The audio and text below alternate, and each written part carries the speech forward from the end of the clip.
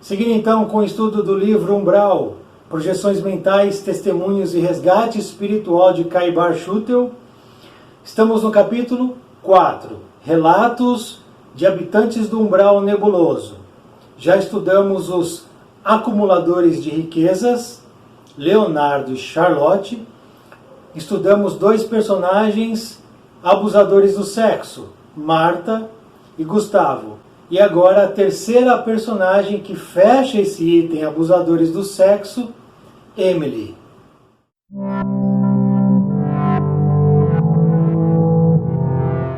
Sou viciada em sexo. Em termos mundanos, quando estava encarnada era considerada devassa, para dizer o mínimo. Mas não era uma prostituta, nunca vendi meu corpo. Tudo era prazer. Aliás, nem consigo compreender o motivo pelo qual fui lançada a este antro de perdidos. Sou uma mulher de família, tive berço de alta estirpe, amigos de cultura inestimável. Papai era um descendente de família real e mamãe de família nobre.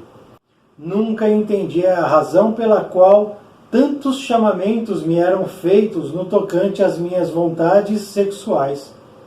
Elas são minhas, um assunto particular, íntimo, protegido pelas leis do meu país. Desde adolescente, adorava iniciar os meninos às práticas sexuais, gostava também de fazer o mesmo com as meninas. E daí, por que o preconceito? Todos podem curtir o sexo livremente, sem quaisquer amarras, pois o mundo livre e democrático assim permite. Houve um problema, casei-me. Nesse enlace surgiu aquilo que se chama fidelidade. Nem sei porquê, mas era real. Participei de um evento maravilhoso, pois meus pais patrocinaram um casamento impressionante, repleto de formosuras, guloseimas, bebidas, decorações, enfim. Um castelo de fadas à minha disposição. Meu noivo era um desses descendentes de famílias boas. Se eu o amava, do mesmo jeito que amava o sexo. Nada mais, nada menos. Durante a festa de casamento, mantive relacionamento íntimo com meu primo e nem me dei conta de qualquer erro, afinal, estava em família. O sexo não pode ser transformado em prisão ao ser humano. Não é simples. Contatos sexuais são notoriamente benéficos à saúde e eu sempre me vali disso para viver a minha vida. Quem denominou o que vem a ser traição? Quem a designou como falta ou pecado? Por quê? Não compreendo e não aceito. Nunca aceitei. Observo-me em zona enegrecida, volteada de parceiros sexuais com os quais, infelizmente, não consigo finalizar o ato. Sempre norteei minha existência em patamar principal pelo orgasmo. Agora, vejo-me lançada num lamaçal de emoções e sentimentos nos quais há absoluta esterilidade. Vinculo-me sexualmente a seres masculinos e femininos, mas não atinjo o orgasmo. Ao contrário, sinto-me presa ao sexo sem ter o benefício. Paira o ódio em minha mente por me sentir manietada, coibida, impedida sim de ter prazeres carnais positivos. Alguns me alertaram que já não sou mais do plano material, logo, não terei nunca mais esses prazeres. Como acatar esse propósito frio e insensível, visto que o ser humano nasceu para o sexo? Não confio em mais nada. Vivo arredia, com ódio em meu coração. Sim, odeio quem quer que seja o responsável pela minha atual vivência. Nada fiz por merecer esse tratamento cruel, de ser privada dos prazeres sexuais e arrastar-me de modo solitário pela escuridão. Não me conformo e nunca o farei. Então esse foi o relato de Emily, habitante do umbral nebuloso, e agora vamos conhecer a última reencarnação de Emily. Emily era filha de nobres ingleses e foi mal orientada pelos pais, em face da ausência de regras, distanciamento amoroso e imposição de limites. A sua prova era justamente vencer a ninfomania, que em vida passada já a tinha levado a trágicas consequências.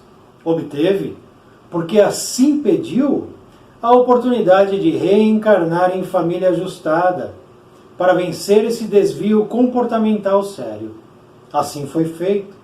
Seus pais eram presentes, assim como os irmãos, mas cultivavam a frieza de costumes, delegando a serviçais o trabalho tão relevante de educar os filhos. Eis que sua jornada não poderia ser perfeita, pois a ninguém é dado o caminho ideal, livre de obstáculos para vencer etapas e progredir espiritualmente. Reencarnar significa por si só reviver vários dramas em relação à sua própria jornada. O estágio na crosta terrena não trouxe a Emily a superação aguardada, e ela passou a existência insistindo no mesmo mal que a vitimou anteriormente. Seus pais têm culpa parcial nesse comportamento, visto que poderiam, com amor e proximidade, ter evitado vários momentos de queda da filha. Emily é um caso de reencarnação sucessiva, pelo mesmo mal, fracassada por completo.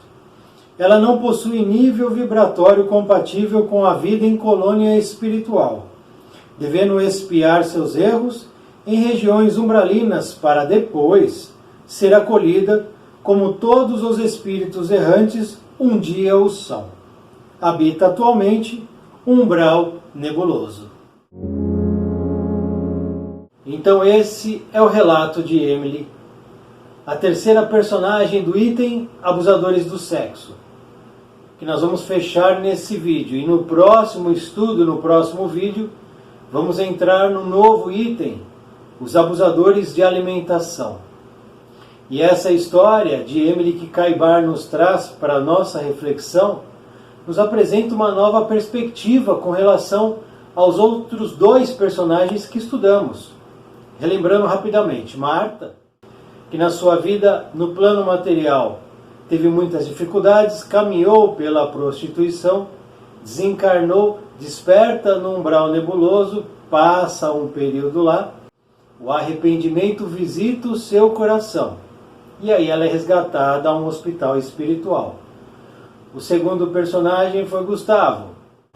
Gustavo que teve a prova da beleza e da riqueza, porém sucumbiu ao ego, entregou-se ao orgulho, à vaidade, ao narcisismo, desencarna de uma maneira violenta e também desperta no umbral nebuloso. E agora o relato é de Emily, que nós vamos, a partir de agora, refletir a respeito de tudo o que aconteceu com ela. Emily, ao contrário dos outros dois, não teve a prova da beleza, da riqueza ou da pobreza. Longe disso. Mas a prova de Emily estava exatamente num grave desvio de comportamento na área sexual. Era ali o campo de batalha de Emily, dela com ela mesma. E Emily nasce então numa família relativamente estruturada. Situação financeira tranquila, pai, mãe, irmãos ali presentes, porém, a família cultiva a frieza de costumes. Absoluta falta de regras. E cada um segue e faz o que quer. Os pais terceirizam as instruções dos filhos, delegam aos outros o papel que eles deveriam fazer. A função deles é feita por outros. E isso faz com que os pais assumam uma culpa parcial pelas quedas dos filhos. Porque quando eles precisaram, de orientação, de apoio, de cuidado não tiveram. E aí não tem o que fazer, porque depois que a água correu, ela não volta mais.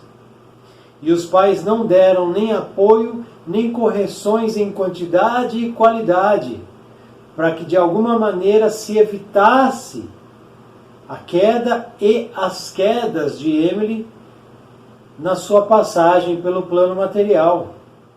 E assim Emily foi crescendo, solta, livre, sem rédeas, sem cuidados.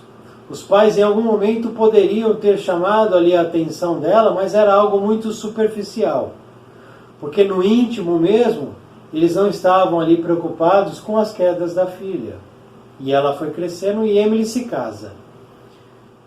Teve um casamento, como ela diz, maravilhoso, tudo do bom e do melhor, porém não houve ali o quê? O sincero sentimento pelo marido. Não houve a edificação de um relacionamento com bases sólidas no amor e no respeito. E ela optou então pelo perverso caminho da traição. Caminho esse que milhares e milhares de homens e mulheres caem. E o caminho da traição muitas vezes leva a outras quedas.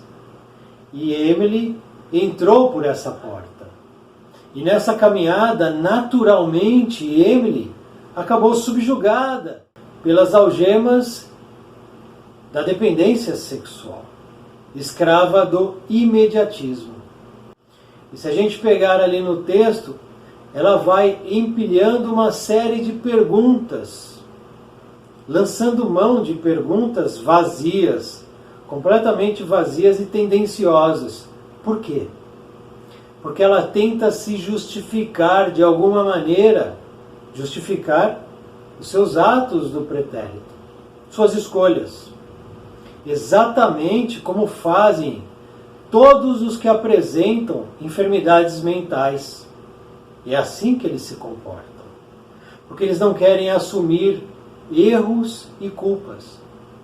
E criam perguntas para de alguma maneira justificar o erro cometido.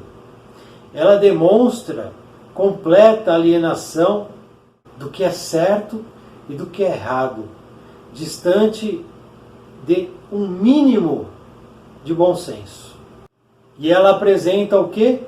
Insensatez e confusão mental. Pontos típicos de enfermos débeis que não enxergam suas graves condições patológicas. São doentes do espírito. E para esse tipo de situação o tratamento é muito difícil, longo e absolutamente cheio de sofrimento. E Emily se mostra ser um espírito ainda muito atrasado mesmo, estagiando em baixíssimas escalas evolutivas, atrelada fortemente a instintos primários e principalmente selvagens. Na sua trajetória, amar com sentimento de compreensão, de elevação, não fez parte de suas escolhas.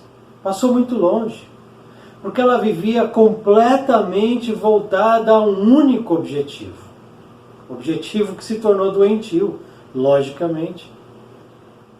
Uma única preocupação, que era qual? Satisfazer seu apetite pelo ato sexual. Esse era o objetivo, essa era a única preocupação. Não importava com quem fosse, aonde fosse, onde estivesse, se fosse com adolescente, com adulto, com homem, com mulher, de uma maneira individual, em grupo, não importava. Porque ela objetivava apenas o ato e o prazer sexual. O objetivo era a consumação do ato, e assim foi. De ato em ato, de escolha em escolha, de aventura em aventura e de queda em queda. Emily se deixou arrastar, tristemente, pela corrente do vício sexual hediondo, sem nenhuma, mas nenhuma resistência aos impulsos que lhe dominavam os sentidos. Era aí o campo de batalha, o grave desvio de comportamento na área sexual. Porém, ela foi se deixando levar. Mas nunca é de uma maneira única e grande. Não. É sempre através de pequenos atos.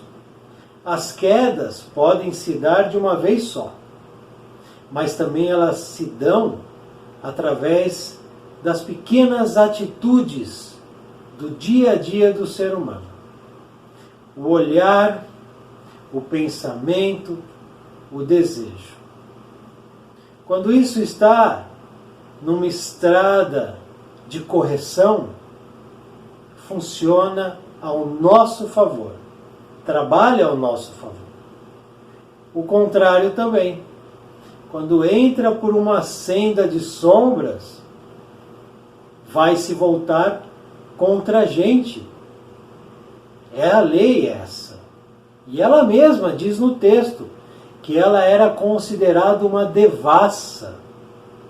Isso é muito triste da gente ler numa história dessa.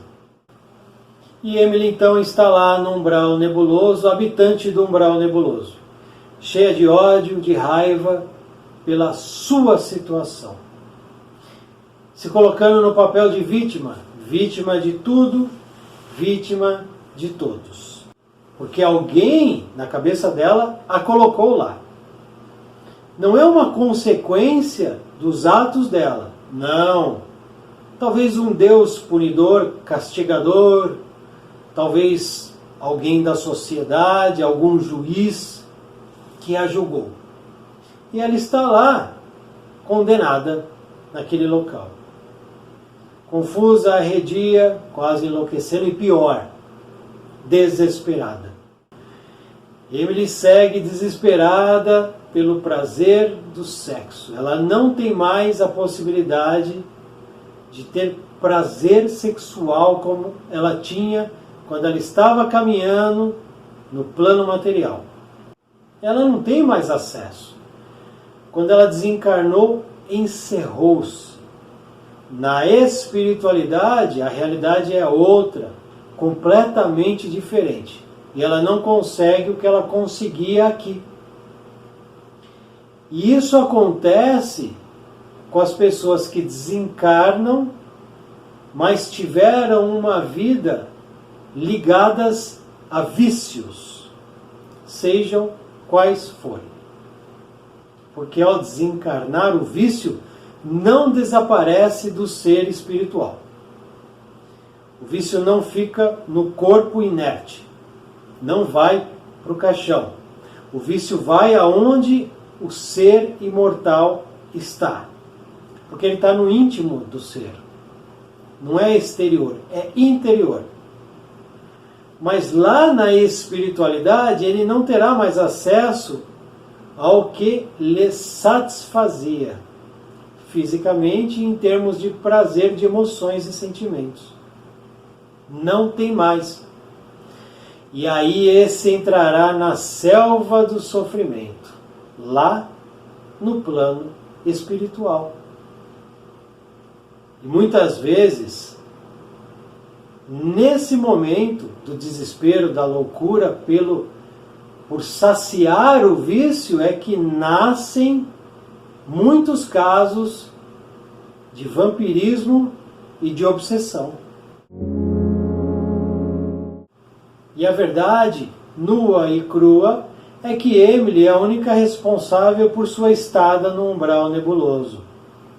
A única criadora da sua triste realidade. Ninguém mais. Ela está lá por conta de suas escolhas. É o resultado. Ninguém além dela foi responsável por sua queda e pelo seu sofrimento. E assim é para todos nós. O hoje é resultado de ontem. O que eu sou hoje é por conta das escolhas de ontem. Não adianta nós inventarmos mentira e dizer que nós somos resultados de outras coisas que não sejam as nossas escolhas íntimas e pessoais. O mundo faz parte e de alguma forma está sempre influenciando na nossa maneira de pensar e agir, porém a escolha é sempre nossa. A última palavra é nossa. Nós somos os responsáveis por tudo que ocorre em nossas vidas por conta dos nossos pensamentos e das nossas atitudes. Temos sim o plano reencarnatório, é um roteiro base pré-estabelecido. Mas, ao lado dele, temos o presente que Deus nos dá quando nós nascemos. Você ganhou um presente de Deus quando você nasceu. E eu também. Qual foi? O livre-arbítrio. Você tem o direito de fazer o que você quiser. Porém, de tudo que fizer, terá que dar conta. Eu também. Temos o plano reencarnatório e o livre-arbítrio. Podemos melhorar o plano, piorar. Podemos seguir, podemos não seguir. A escolha é nossa. A gente faz sempre a escolha. A gente escolhe o dia inteiro, da hora que acorda até a hora que a gente vai dormir. E inclusive em sono. Porque espírito não dorme, espírito não precisa dormir. O corpo precisa. Espírito não precisa de descanso. E aí, ao se desprender do corpo, o espírito vai fazer o que ele quer. E aí a escolha de novo entra em cena. Somos os arquitetos da nossa caminhada. Podemos alterar o rumo no qual nós estamos seguindo. Melhorar ou piorar. Somos nós, todos nós, que solicitamos as provas de nossas vidas. Não são impostas de maneira ditatorial. Não. Antes de reencarnar, nós pedimos essa, aquela prova. E muitas vezes os mentores dizem, não, essa prova você não vai dar conta. Cuida só dessa. Depois a gente cuida dessa. Porque eles estão mais preparados do que a gente. E antes de reencarnar, a gente se acha super preparado. Vou lá e vou arrebentar. Aí quando reencarna, a prova começa a pesar e a gente vê que a gente não é tão forte quanto a gente imaginava. E a gente assume compromissos antes de reencarnar com os nossos mentores superiores, aqueles que organizam e nos orientam para a reparação dos débitos. Muitos deles são débitos bem graves. E para evoluir, pedimos isso. E essa é a verdade. A verdade que a gente precisa entender. Alguns podem acreditar, outros não. Mas é assim que acontece. Mas infelizmente a gente ainda tem o péssimo hábito de não assumir erros. Não assumir responsabilidades e jogar a culpa em tudo e em todos. Menos em nós. No tempo, na sociedade, no carro, no chefe. Nós não. A culpa é sempre fora de mim. Mas quando a gente faz isso, a gente comprova o nosso nível evolutivo atrasado. E é o que Emily nos comprovou, que ela está muito longe ainda do mínimo de evolução para assumir os equívocos. E o texto mesmo nos diz que foi ela, Emily, que solicitou uma oportunidade de reencarnar para que ela pudesse lutar contra esse grave desvio de comportamento. Que na outra reencarnação anterior a essa que estudamos, já havia sido a queda dela. Ou seja, ela reencarnou, caminhou por essa estrada do desvio comportamental na área sexual, desencarnou, pediu uma nova oportunidade e de novo caminhou pelo mesmo erro. Foram 2 reencarnações seguidas em que ela se equivocou na mesma área, no mesmo local no qual ela deveria visitar e lutar contra esse desvio. E desencarna derrotada, vitimada pelo mesmo erro, pelo mesmo vício, pela mesma escolha, a escolha do sexo como guia principal e único motivo de sua vida, acima de tudo e de todos. Escolha que ela fez. Todos os personagens que estudamos até agora, todos, sem exceção, apresentaram enorme dificuldade para compreender o que é o amor, por conta de seus baixos níveis espirituais, baixíssimos na verdade. Porém vem uma pergunta: nós estudamos eles e entendemos isso, e nós, como nós estamos comparados a esses personagens? Porque eles nos trouxeram suas histórias para que a gente possa entender e não cometer os erros que eles cometeram. Mas e nós? E as nossas histórias? Nós já conseguimos compreender o amor? Mas o amor acima das mazelas humanas? O amor que perdoa, que acolhe, o amor incondicional? Fica essa reflexão para todos nós. Porém, se faz muito necessário que a gente deixe muito claro para não haver confusão de interpretação. Regularidade sexual não significa vício. Regularidade sexual não significa dependência doentia. Se um homem, uma mulher, um ser humano, ele tem a relação sexual como ingrediente de prática, de rotina, não significa uma dependência. Não significa que ele é escravo, que ele é viciado em sexo. Porque ali existe um processo de equilíbrio, de dosagem, de entendimento, e não um processo doentio. Regularidade não é dependência. Quando o ser, ele imprime ao processo respeito a quem está com ele, aquele que compartilha, respeito aos sentimentos, ao ato com sinceridade, principalmente respeito às energias envolvidas durante o processo, a troca de energias. Se durante o processo existe esse respeito, aí muda tudo. Aí o ato sexual, a relação sexual está pautada pelo respeito. Está pautada pela sinceridade.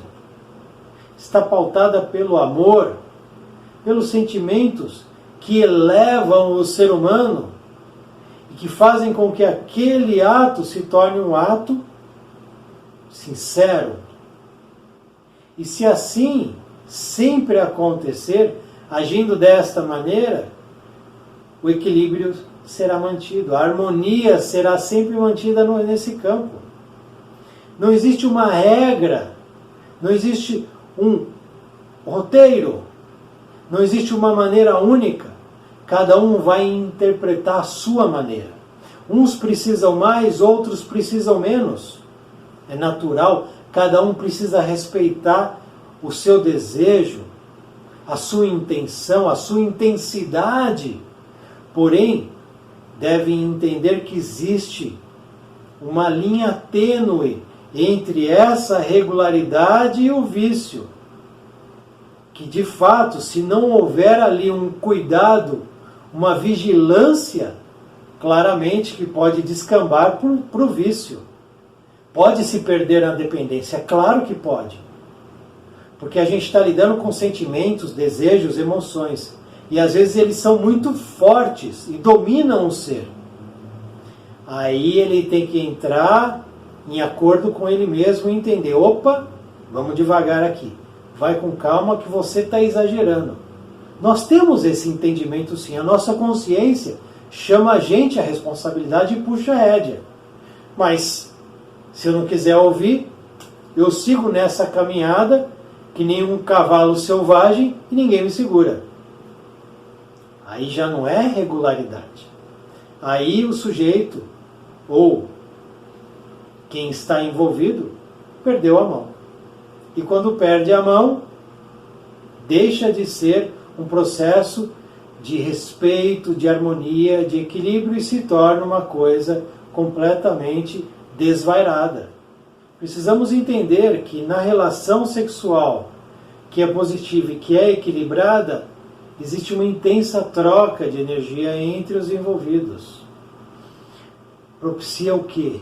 O que acontece com essa troca de energias?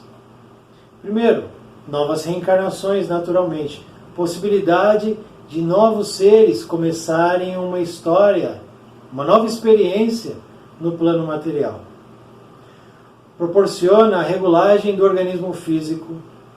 Muitas vezes equilibra o ser no campo emocional, sentimental, libera a endorfina, energiza o chakra genésico, ou seja, acontecem muitos benefícios a todos quando pautado o processo pela responsabilidade, pela correção de intenções.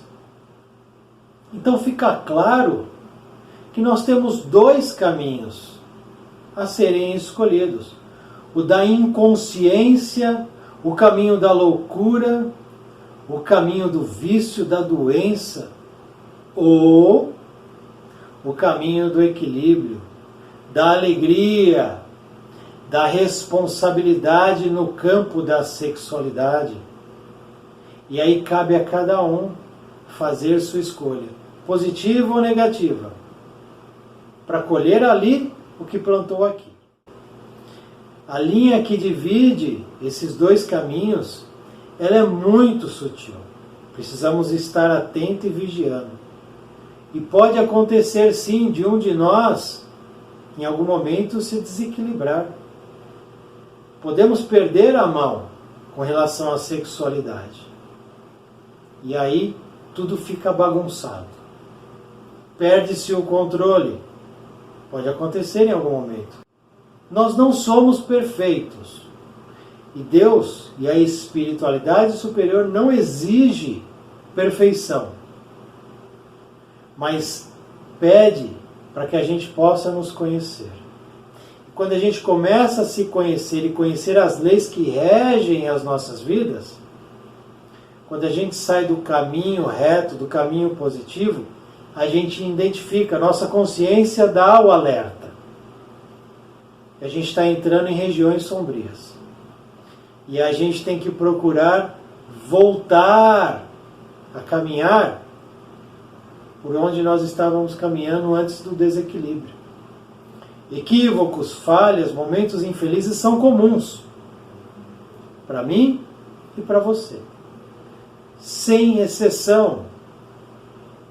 Tudo isso faz parte porque nós ainda somos assim.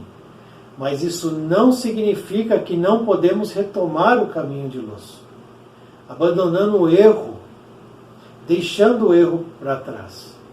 Colocando a disponibilidade de melhoria na prateleira na qual a gente tem acesso para que a gente possa pegar. Para que a gente possa vencer os monstros internos dos desejos, das inclinações, das tendências e dos instintos mais bárbaros. É um trabalho interno, é uma batalha interna, pessoal, que cada um trava consigo mesmo. Sexo é lei divina. Pode ser lindo e maravilhoso quando intencionado de sentimentos nobres e amorosos, e pode ser infernal, escabroso e escravizador quando abarcado por perversas intenções. Esse nosso estudo, precisamos deixar claro, não tem intenção de impor ideias castradoras a ninguém, nem intransigentes sobre o tema, longe disso. O objetivo aqui é apenas de estudarmos e refletirmos sobre os erros dos outros, que após as suas quedas, eles vêm generosamente, amorosamente nos avisar, como amigos de longa data, para não cairmos nos mesmos erros deles, não caminharmos por onde eles caminharam. Esse é o aviso que eles nos trazem, pois eles já estiveram lá. E não foi bom, foi ruim, teve muito sofrimento.